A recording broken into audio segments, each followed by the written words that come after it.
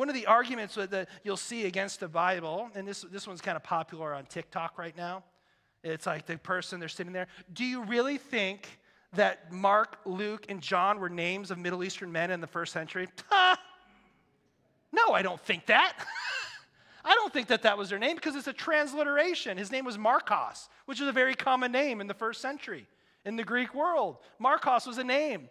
It's not, we just transliterated it to Mark because it makes sense in English. Like these names, Jesus isn't Jesus, it's Iesus in the Greek, which is even a translation of a Hebrew name. Like we have transliterations. It doesn't make it fake. It's just so we can understand it. What they actually done, historical researchers have gone back and they've researched like death records in the ancient world. Like Jewish people were really good at when someone died and the body had decomposed, they would put all the bones into a bone box and put their name and dates on it. And they went back and guess what they found? All the names that are in the New Testament correlate back to the dates that they were written. Like that was a name that people would have had.